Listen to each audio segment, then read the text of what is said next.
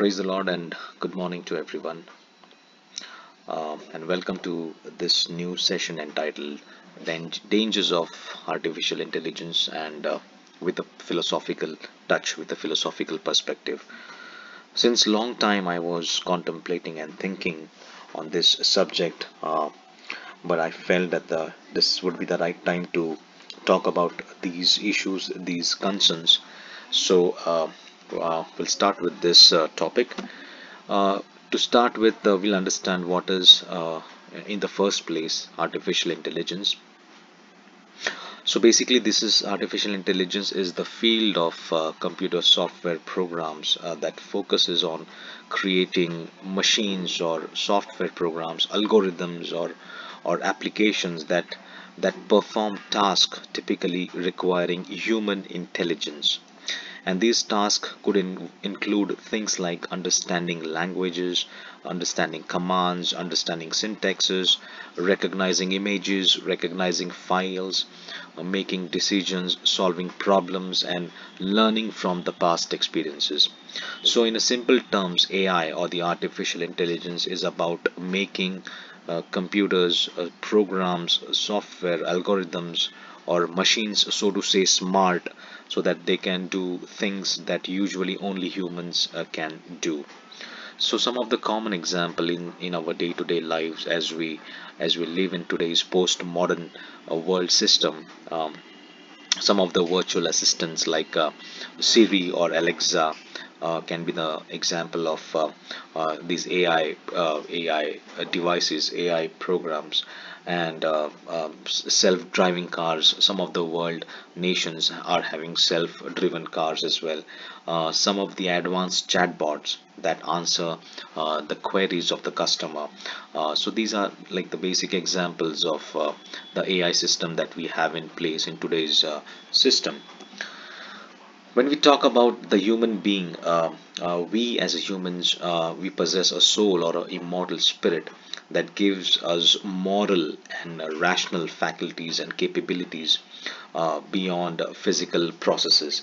And when we talk about AI, now AI is just a simple program or a software or the algorithms. Now these AI doesn't possess any consciousness or free will, no matter how advanced these AI are. But fundamentally, it differs from human consciousness because these AI system lacks this divine or spiritual aspect.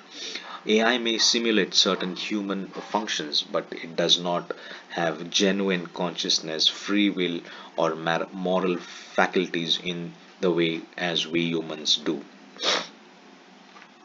Now, when we talk about some of the dangers of the artificial intelligence system, AI threatens. I have just jotted down some of the four, you could say, the important ones that threaten today's society in terms of employment, that is job employment, in terms of identity, that is human identity, in terms of human values that defines humanity, and also the moral foundation. We are going to look at each of them very briefly. So, when we talk about dangers of artificial intelligence in terms of employment, this means mass job losses, mass job displacements, automation of the routine task. What I mean over here is whatever the manual task was there, whatever the repetitive task was there. Now, those tasks initially humans would be doing, but now these repetitive manual tasks are being automated by AI algorithms, AI systems, and AI. Hence, AI is replacing jobs more faster than new ones are created, and that's the reason we could see a lot of jobs losses in this recent months, in this recent years. Many of the IT people, IT companies are displacing the jobs, and then they are replacing AIs, and they are replacing human beings out of the job. Also, in terms of cost cutting, and things like that, they are conducting all these practices in their, so to say, the IT corporate world or the corporate world. Another example would be the self checkout systems. At the at the at the shopping environment. where the self-checkout system would be eliminating cashiers' positions. The advanced chatbots, they would be replacing content writers. The automated customer service replacing the call center workers. So these are another example of the job displacement or the employment losses due to these AI systems. The next point I would like to discuss is about the skill set outdatation. This is basically the human skills are becoming more and more obsolete and more outdated due to uh, due to the AI advent, due to the coming of AI. So human skills are becoming more outdated due to this rapid change that is happening, because every now and then we observe and we notice, every now and then after every 6 months or some few months, new AIs are coming up, and then whatever knowledge that we earlier had would be upgraded with this new AI, and hence there is a lot of pressure on the human beings as well, on the employees as well, to rapidly upgrade their own knowledge. But then this would really lead to fear, anxiety, and uh, uh, due to which it will be having a lot of mental stress on each and every employee to sustain in this rapid changing market, because market itself is not stable.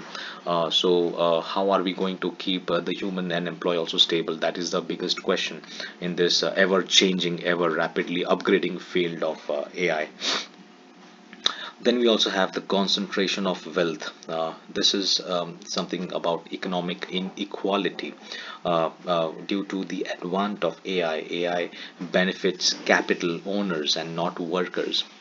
So basically, it's this AI system is the ROI, the return of investments or the capital or economy is benefited only to few capital owners, but not each and every employee, so to say. So tech companies increase their profits through automation, and at the same time they lay off thousands and thousands of employees. So again, this is kind of a economic instability or economic inequality, so to say, and hence the concentration of wealth is only into the few handful of capitalists, so to say, but not every common person is benefiting out of it. When we talk about the identity dangers, the algorithms as judge, or the algorithmic as judge, basically the algorithms or the AI algorithms judge human beings, be it CV or AI interview. Basically, right now also some of the corporates are conducting AI interviews of the candidates, so to say. Some of the AI algorithms are judging humans CV or resume, and then they are rejecting some of the CVs or some of the resumes as per their feed in criteria, as per their feed in parameters, and this can cause a little bit of inhuman practices that are going on in today's corporate environment. Because how can a mindless machine, how can a mindless algorithms or AI can judge a human being? Don't you feel that it's a very inhuman practices that is going on, and does it dehumanize or lessens the value as a human being? And then you are giving more and more authority to AI and algorithms over human beings. So we need to really think on these parameters as well. In terms of algorithm profiling, the digital identity or profiles replace your true and authentic self. So this is kind of a digital identity replaces our authentic self. You become what the data says you are. Basically, it's like, for example, so to say, the credit scores, the social media profiles, and browsing history define your opportunities more than your actual character or potential. So basically, they are now reducing the human beings or human attributes to data points, and then they are digitizing everything in that direction. The next point is about the predictive programming destroys your free will. We could have noticed the Facebook feeds or Instagram feeds whenever you share across those feeds, and whenever you like any videos, whenever you spend some time on any videos. So once you see those types of videos, then the AI algorithm which is running background of those social media platforms, they capture your psychology, they capture your time spent on what types of video, what is the category of that videos, and then they will try to show you those videos only which is really exciting to your mind, and hence it's kind of a echo chamber. We can only see those type of videos which we like, but they don't show us another type of video. So basically our brain, our mind is kind of a narrowed only to those criterias which we prefer. So again, this goes against our free will many times, and that is the point which is mentioned over here. The next point is about the dehumanization. Humans are reduced to just data points. So humans reduced to data points in a way that individual uniqueness is ignored in the favor of system decided parameters. If humans are not matching those points or parameters, they are rejected. So, for example, as we discussed earlier, job applicants rejected by AI screening softwares based upon resume keywords or gaps, so to say. The gaps is very much relevant in today's, be it any IT corporate sectors. Gaps are gaps are being portrayed more and more, you can say, important than the so-called relevant experiences, and which is why the AI algorithms can reject such people who are having gaps, or people who are losing some of the resume keywords in that way. So in that way, it is dehumanizing experience for every human being, because if the real talent is not being processed forward, why they just see and focus on gaps and other irrelevant things? This is what the question that we need to think. The another the another aspect was about the social comparison, in terms of AI filters making more constant comparisons, and then they try to force virtual representation of the reality. In this context, it's like, we have the AI generated filters or of self perception. For example, social media filters or AI enhanced images creating unrealistic beauty standards, leading to identity crisis, mostly among the young people. So it's like, when any person sees any other filtered images, then they try to yeah, make up those gaps, and then they try to become as the filtered one, but then they are losing their own originality and own reality in that words, in that context. The next point we would like to discuss is about the human value degradation. The first point, the productivity over empathy, efficiency over empathy. Uh, in this context, optimization replaces compassion. AI, that is artificial intelligence, prioritizes measurable outcomes over human needs. For example, healthcare algorithms denying coverage for expensive treatment deemed not cost effective, ignoring individual patient suffering. There are a lot of things we can talk about in this. The next point, reduction of the human experiences over metrics. So things like love, creativity, feelings, emotions, and meaning cannot be properly measured by the AI, so to say, because AI doesn't have the soul, AI doesn't have any consciousness, AI doesn't have any feelings or emotions. So just to quote an example, dating apps reducing romantic compatibility to algorithms, employee monitoring software measuring productivity by keystrokes, ignoring creative thinking time. Because if we want to be creative, we have to shed some time, and then the overall organization software that keeps on measuring employees keystroke productivity, and then they just keep on spying whatever the activities or events the employees performing. So this is kind of reducing human experience to a data points or to a certain metrics, that is also some points that we need to think and question back to the system why this is happening, whatever is happening in current scenario. The next point is about the erosion of human connection. This is in terms of AI replacing direct human interaction. We lose social skills and genuine relationship. For example, children developing social skills through AI companions instead of real friendship.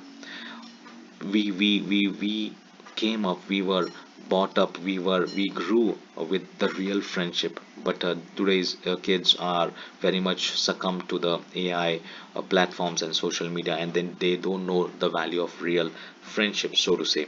And the next point is about instant gratification culture. This is in context with the AI powered convenience erodes patience and efforts. We lose appreciation for processes requiring time and struggle. For example, AI writing tools prevents children or students from developing critical thinking skills, from developing analytical thinking skills through challenging writing processes. So basically, whatever we get ready made, the today's children may not be able to develop critical thinking or analytical thinking or philosophical thinking. So if we want instantly everything, we cannot shed time, and after once we are not able to shed times, we are not able to develop the critical thinking. So these questions should also be asked. The next fact is about the deep fakes and authenticity crisis. Now this is in terms of inability to distinguish real from fake undermines trust. AI generated fake news, deep fake videos of public figures, making it impossible to trust what we see or hear. So there are a lot of deep fakes videos or hoax videos, or that really makes person to maybe doubt, or you can they would be having some trust issues with such a deep fake videos, because we have noticed and we have observed that deep fake videos are the only side effects of AI, as it is gradually advancing more and more. The next point is about the moral foundation dangers. The first point is about accountability problem. Now, as we all know that AI is coming and spreading its wings under all the system, under all the domains. Now, whatever, for example, in this context, if anything, for example, if a virus is set out in the network, and AI is also onto that network now, and probably due to AI, if some virus or if some malfunction happens, now who is accountable for this problem? Who is accountable for this risk? Who is accountable for these failures? Are they the programmers accountable? Is the company accountable, or if is AI itself accountable for such risk and such problems that occurs in the near future? So this is in context with the accountability problem. The next point is about destruction of privacy as a value. We have many surveillances systems in place today, be it CCTV, be it capturing of the video, capturing of the sound, audio, and things like that. So AI system requires massive data collections, making privacy seems impossible. So we also have smart homes devices, we have smart watches, we have smart mobiles, and they are constantly listening. We have workplace monitoring software tracking every action, and these systems have been normalized. The idea that privacy is suspicious, we need to ask this question: why is it normalizing the idea that privacy can be suspicious, and why these things are normalized? Why these things keep on spying? Why these things keep on listening? Why these devices keep on spying and listening to our every conversation or every tracking our events? The next point is about devaluation of human judgment. This is in context with over dependence on algorithms and on the AI as well. So human wisdom, intuition and expertise dismissed as subjective. So AI algorithms suggest to HR whose resume can be processed and whose resume can be rejected. So in such cases, this is very inhuman practices conducted across corporates. So do such corporates also follows the human values of respect for their employees and interview candidates? They should practice what they preach. This is a classic example of how today's system is heavily dependent on AI and thus dehumanizing human worth and value system. So as we conclude, as we are now close to this topic, the dangers of AI are not primarily technical but fundamentally human. They threaten what we do, that is the employment aspect. They threaten who we are, that is our identity aspect. They threaten what we love, that is the human values aspect. And they threaten how we treat each other, that is our moral foundation or our moral ethics.